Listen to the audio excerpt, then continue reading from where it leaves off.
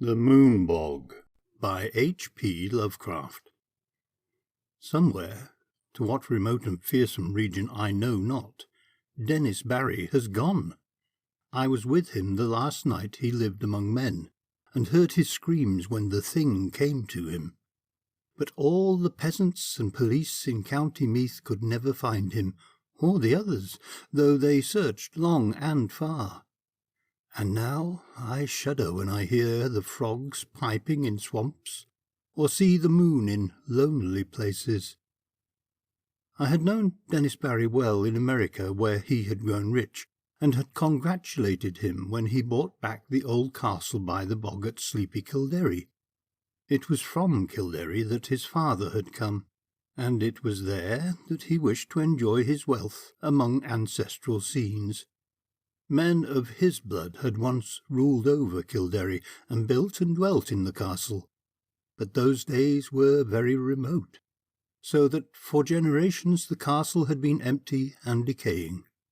After he went to Ireland, Barry wrote me often, and told me how under his care the grey castle was rising tower by tower to its ancient splendour, how the ivy was climbing slowly over the restored walls as it had climbed so many centuries ago, and how the peasants blessed him for bringing back the old days with his gold from over the sea.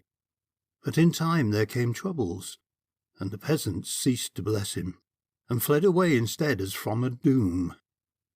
And then he sent a letter and asked me to visit him, for he was lonely in the castle with no one to speak to save the new servants and labourers he had brought from the north. The bog was the cause of all these troubles, as Barry told me the night I came to the castle. I had reached Kildare in the summer sunset, as the gold of the sky lighted the green of the hills and groves and the blue bog, where on a far islet a strange olden ruin glistened spectrally. That sunset was very beautiful, but the peasants at Ballylough had warned me against it, and said that Kildare had become accursed, so that I almost shuddered to see the high turrets of the castle gilded with fire. Barry's motor had met me at the Ballylough station, for Kildare is off the railway. The villagers had shunned the car and the driver from the north, but had whispered to me with pale faces when they saw I was going to Kildare. And that night, after our reunion, Barry told me why. The peasants had gone from Kildare because Dennis Barry was to drain the great bog. For all his love of Ireland, America had not left him untouched, and he hated the beautiful wasted space where peat might be cut and land opened up.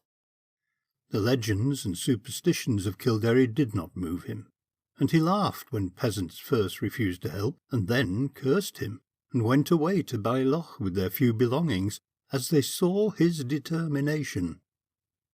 In their place he sent for labourers from the north, and when the servants left he replaced them likewise. But it was lonely among strangers, so Barry had asked me to come. When I heard the fears which had driven the people from Kildare, I laughed as loudly as my friend had laughed, for these fears were of the vaguest, wildest, and most absurd character. They had to do with some preposterous legend of the bog, and of a grim guardian spirit that dwelt in the strange olden ruin on the far islet I had seen in the sunset. There were tales of dancing lights in the dark of the moon, and of chill winds when the night was warm, of wraiths in white hovering over the waters, and of an imagined city of stone deep down below the swampy surface. But foremost among the weird fancies, and alone in its absolute unanimity, was that of the curse awaiting him who should dare to touch or drain the vast reddish morass. There were secrets, said the peasants, which must not be uncovered, secrets that had lain hidden since the plague came to the children of Partholon in the fabulous years beyond history. In the Book of Invaders it is told that these sons of the Greeks were all buried at Tala, but old men in Kildare said that one city was overlooked save by its patron moon goddess, so that only the wooded hills buried it when the men of Nemed swept down from Scythia in their 30 ships. Such were the idle tales which had made the villagers leave Kildare, and when I heard them I did not wonder that Dennis Barry had refused to listen. He had, however, a great interest in antiques, and proposed to explore the bog thoroughly when it was drained. The white ruins on the islet he had often visited, but though their age was plainly great, and their contour very little like that of most ruins in Ireland, they were too dilapidated to tell the days of their glory. Now the work of drainage was ready to begin, and the labourers from the north were soon to strip the forbidden bog of its green moss and red heather, and kill the tiny shell-paved streamlets and quiet blue pools fringed with rushes. After Barry had told me these things I was very drowsy, for the travels of the day had been wearying, and my host had talked late into the night. A manservant showed me to my room, which was in a remote tower overlooking the village and the plain at the edge of the bog and the bog itself, so that I could see from my windows in the moonlight the silent roofs from which the peasants had fled, and which now sheltered the labourers from the north, and, too, the parish church with its antique spire, and far out across the brooding bog the remote olden ruin on the islet, gleaming white and spectral. Just as I dropped to sleep, I fancied I heard faint sounds from the distance, sounds that were wild and half musical, and stirred in me a weird excitement which coloured my dreams. But when I awaked next morning, I felt it had all been a dream, for the visions I had seen were more wonderful than any sound of wild pipes in the night. Influenced by the legends that Barry had related, my mind had in slumber hovered around a stately city in a green valley, where marble streets and statues, villas and temples, carvings and inscriptions all spoke in certain tones of the glory that was Greece. When I told this dream to Barry, we both laughed, but I laughed the louder because he was perplexed about his labourers from the north. For the 6th time they had overslept, waking very slowly and dazedly, and acting as if they had not rested, although they were known to have gone early to bed the night before. That morning and afternoon I wandered alone through the sun-gilded village, and talked now and then with idle labourers, for Barry was busy with the final plans of beginning his work of drainage. The labourers were not as happy as they might have been, for most of them seemed uneasy over some dream which they had had, yet which they tried in vain to remember. I told them of my dream, but they were not interested till I spoke of the weird sounds I thought I had heard. Then they looked oddly at me, and said that they seemed to remember weird sounds too. In the evening Barry dined with me and announced that he would begin the drainage in 2 days.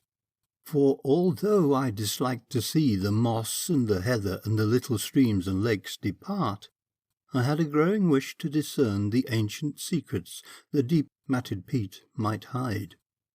And that night my dreams of piping flutes and marble peristyles came to a sudden and disquieting end. For upon the city in the valley I saw a pestilence descend, and then a frightful avalanche of wooded slopes that covered the dead bodies in the streets, and left unburied only the temple of Artemis on the high peak, where the aged moon-priestess Clais lay cold and silent, with a crown of ivory on her silver head. I have said that I waked suddenly and in alarm. For some time I could not tell whether I was waking or sleeping, for the sound of flutes still rang shrilly in my ears. But when I saw on the floor the icy moonbeams, and the outlines of latticed Gothic window, I decided I must be awake and in the castle at Kildare. Then I heard a clock from some remote landing below strike the hour of 2, and I knew I was awake. Yet still there came that monotonous piping from afar, wild, weird airs that made me think of some dance of fauns on distant Minorless. It would not let me sleep, and in impatience I sprang up and paced the floor. Only by chance did I go to the north window and look out upon the silent village and the plain at the edge of the bog. I had no wish to gaze abroad, for I wanted to sleep, but the flutes tormented me, and I had to do or see something. How could I have suspected the thing I was to behold? There in the moonlight that flooded the spacious plain was a spectacle which no mortal, having seen it, could ever forget. To the sound of reedy pipes that echoed over the bog there glided silently and eerily a mixed throng of swaying figures, reeling through such a revel as the Sicilians may have danced to Demeter in the old days under the harvest moon beside the Cyane. The wide plain, the golden moonlight, the shadowy moving forms, and above all the shrill monotonous piping, produced an effect which almost paralyzed me.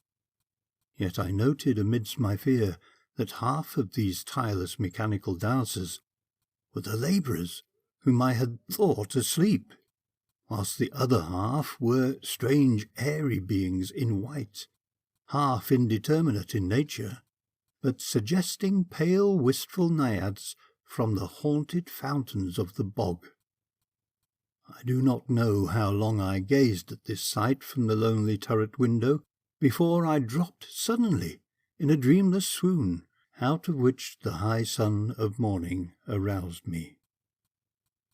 My first impulse on awaking was to communicate all my fears and observations to Dennis Barry, but as I saw the sunlight glowing through the latticed east window, I became sure that there was no reality in what I thought I had seen. I am given to strange phantasms, yet am never weak enough to believe in them, so on this occasion contented myself with questioning the labourers, who slept very late and recalled nothing of the previous night save misty dreams of shrill sounds. This matter of the spectral piping harassed me greatly, and I wondered if the crickets of autumn had come before their time to vex the night and haunt the visions of men. Later in the day I watched Barry in the library poring over his plans for the great work which was to begin on the morrow, and for the first time felt a touch of the same kind of fear that had driven the peasants away.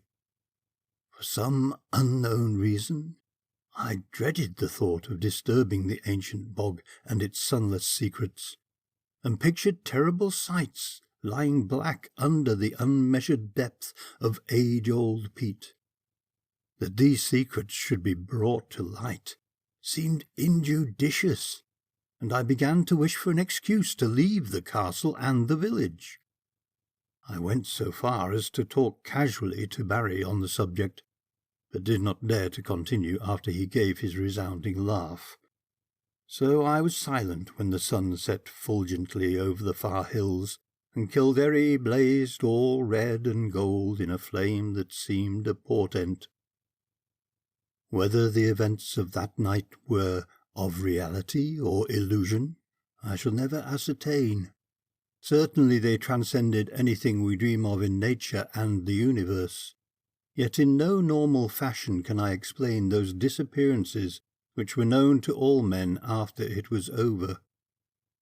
I retired early and full of dread, and for a long time could not sleep in the uncanny silence of the tower. It was very dark, for although the sky was clear, the moon was now well in the wane, and would not rise till the small hours. I thought as I lay there of Dennis Barry, and what would befall the bog when the day came. and found myself almost frantic with an impulse to rush out into the night, take Barry's car, and drive madly to Ballylough, out of the menaced lands. But before my fears could crystallize into action, I had fallen asleep, and gazed in dreams upon the city in the valley, cold and dead, under a shroud of hideous shadow. Probably it was the shrill piping that awaked me, yet that piping was not what I noticed first when I opened my eyes. I was lying with my back to the east window overlooking the bog, where the waning moon would rise, and therefore expected to see light cast on the opposite wall before me. But I had not looked for such a light as now appeared. Light indeed glowed on the panels ahead, but it was not any light that the moon gives. Terrible and piercing was the shaft of ruddy effulgence that streamed through the Gothic window, and the whole chamber was brilliant with a splendour intense and unearthly. My immediate actions were peculiar for such a situation, but it is only in tales that a man does the dramatic and foreseen thing. Instead of looking out across the bog toward the source of the new light, I kept my eyes from the window in panic fear, and clumsily drew on my clothing with some dazed idea of escape. I remember seeing my revolver and hat, but before it was over, I had lost them both without firing the one or donning the other. After a time the fascination of the red radiance overcame my fright, and I crept to the east window and looked out, whilst the maddening, incessant piping whined and reverberated through the castle and over all the village. Over the bog was a deluge of flaring light, scarlet and sinister, and pouring from the strange olden ruin on the far islet. The aspect of that ruin I cannot describe. I must have been mad, for it seemed to rise majestic and undecayed, splendid and column-cinctured, the flame-reflecting marble of its entablature piercing the sky like the apex of a temple on a mountain-top. Flutes shrieked and drums began to beat, and as I watched in awe and terror I thought I saw dark, salient forms silhouetted grotesquely against the vision of marble and effulgence. The effect was titanic, altogether unthinkable, and I might have stared indefinitely had not the sound of the piping seemed to grow stronger at my left. Trembling with a terror oddly mixed with ecstasy, I crossed the circular room to the north window from which I could see the village and the plain at the edge of the bog. There my eyes dilated again, with a wild wonder as great as if I had not just turned from a scene beyond the pale of nature. For on the ghastly red-litten plain was moving a procession of beings in such a manner as none ever saw before, save in nightmares.